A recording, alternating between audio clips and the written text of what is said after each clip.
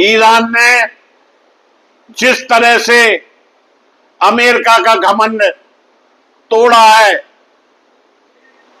उसे मेरी ओर से 100 सलाम।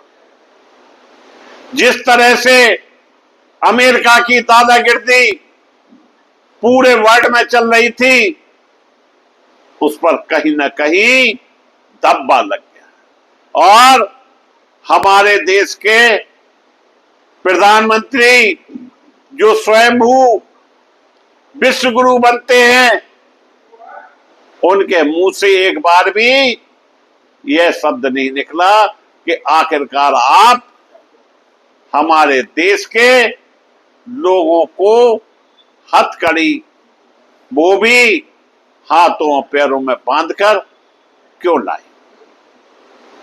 इसमें महिलाओं बच्चे भी शामिल थे, लेकिन हमारे देश के प्रधानमंत्री ने विरोध नहीं किया। हमारे देश के लिए हमेशा अमेरिका का राष्ट्रपति उल्टा सीधा बयान देता है, लेकिन विश्व गुरु के मुंह से एक आवाज नहीं निकलती। ऐसा लग रहा है कि जैसे मुंह सीख गया। हमारे 3 जवान मार दिए और देश के प्रधानमंत्री ने एक शब्द भी अमेरिका के लिए नहीं कहा। आखिरकार ऐसा कौन सा खौफ है जिससे वो इतने भयभीत। वहीं ईरान ने लंगोटा खोल के, ताल ठोक के दिखा दिया अपनी औकात में रहना, वरना तुम्हें नक्शे से दूर कर। जो इजराइल हरामखोरी दे रहा था, जिसकी वजह से इतना बड़ा युद्ध हुआ, सैकड़ों निर्दोष बच्चे मारे गए, पूरे दुनिया में त्राहिमाम हो गया, पेट्रोल के दाम बढ़ गए, डीजल के दाम बढ़ गए, गैस के दाम बढ़ गए, खाद की परेशानी आ गई, लेकिन इजराइल की वजह से इतना बड़ा युद्ध हुआ। और हमारे देश के प्रधानमंत्री इजराइल जाते हैं। Israel is fatherland, India is Motherland. पता नहीं कौन सी इंग्लिश किस भाषा में बोल के आए, एक स्कूल के बच्चों की तरह मेडल लटकाकर इंडिया लौट आए।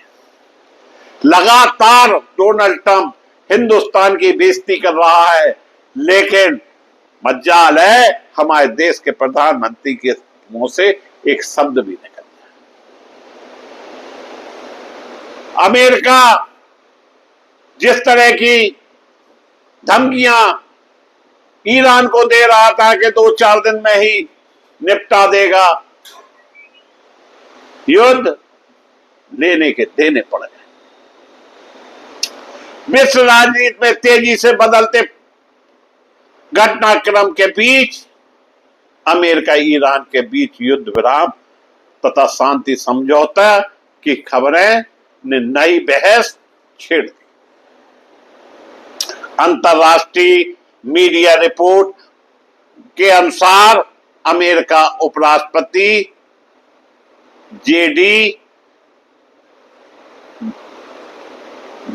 और ईरानी विदेश मंत्री अब्बास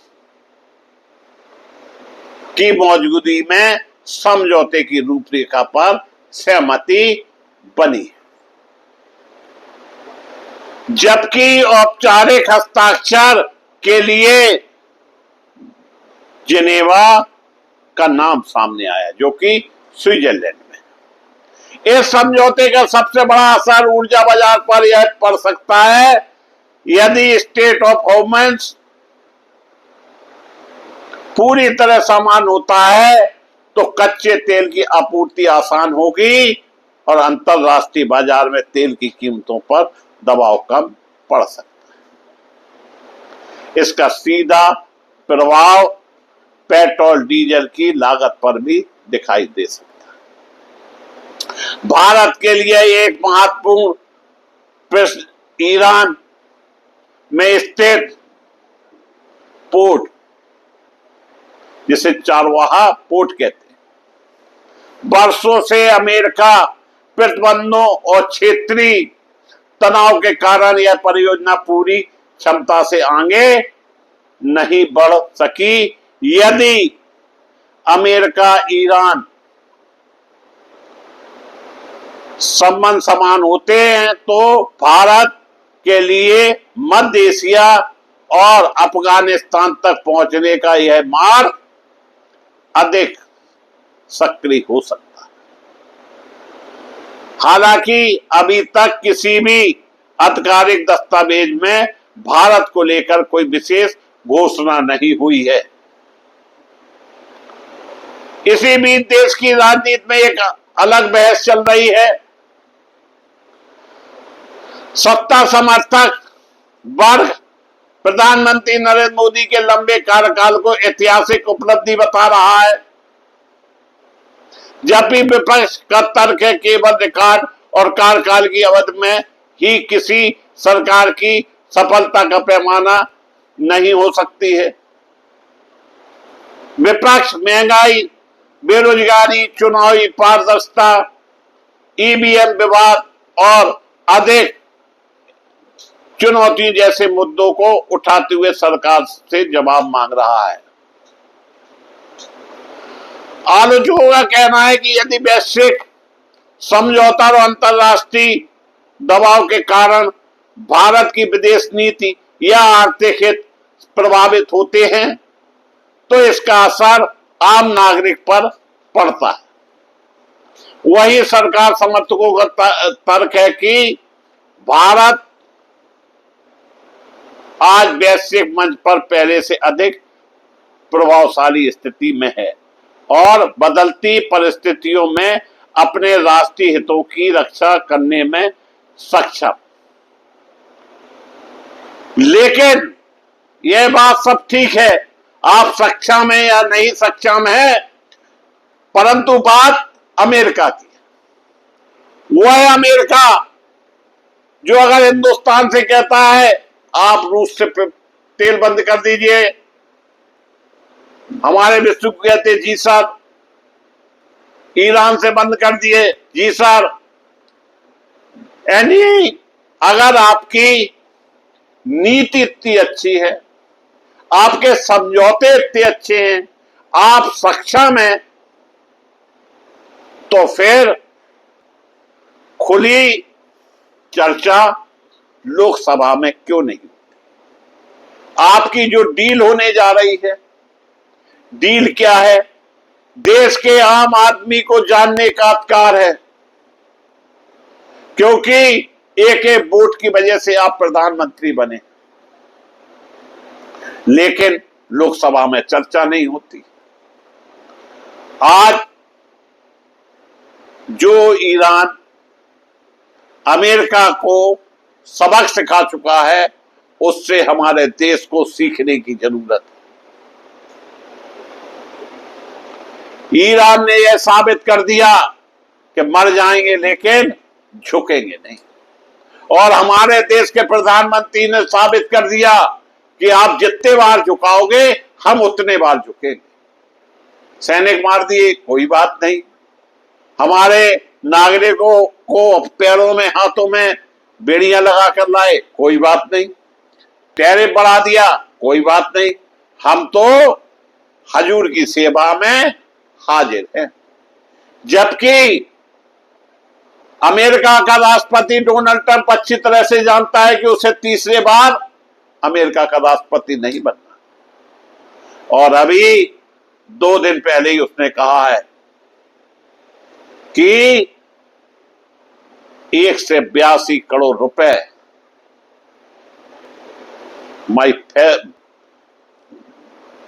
बेस्ट फ्रेंड के लिए संकेत किया।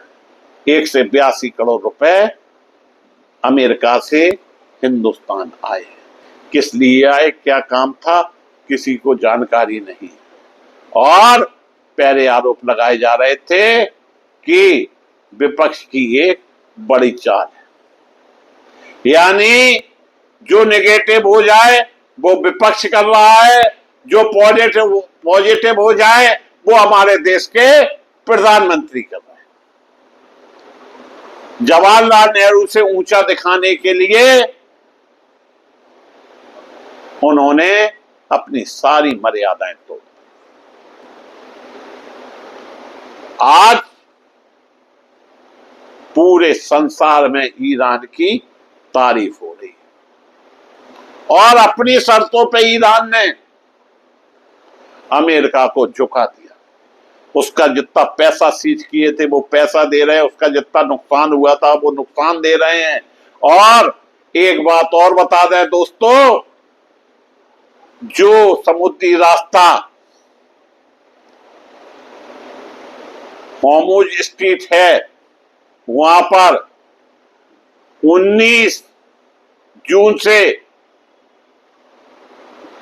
ठीक 60 दिन यानी 19 अगस्त तक जितने भी जहाज वहां से गुजरेंगे उनसे टोल नहीं लिया जाएगा। लेकिन 60 दिन बीतते ही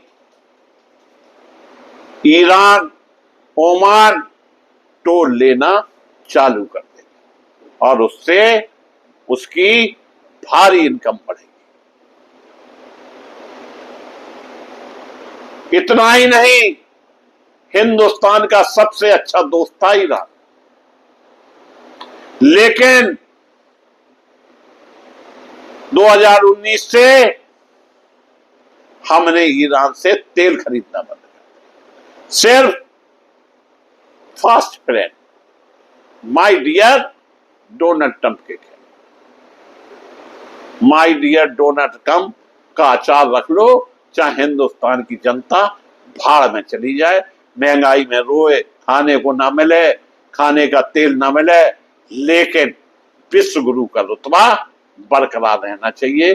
कोरा कोरा जो रुतबा है वो सिर्फ देश में ही हो सकता है। संसार में हिंदुस्तानी क्या स्थिति है सभी जानते हैं और इसके बावजूद भी ईरान हमारे लिए खड़ा है। हम देश में धर्म की राजनीति चलाते रहे, देश में हिंदू मुस्लिम करते रहे, देश को जाति के नाम पर बांटते रहे, चुनाव जीतने के लिए अपनी पूरी शक्ति लगा दें, लेकिन हम ईरान नहीं बन सकते। ईरान बनने के लिए पहले देश जरूरी होता है, फिर राजनीति।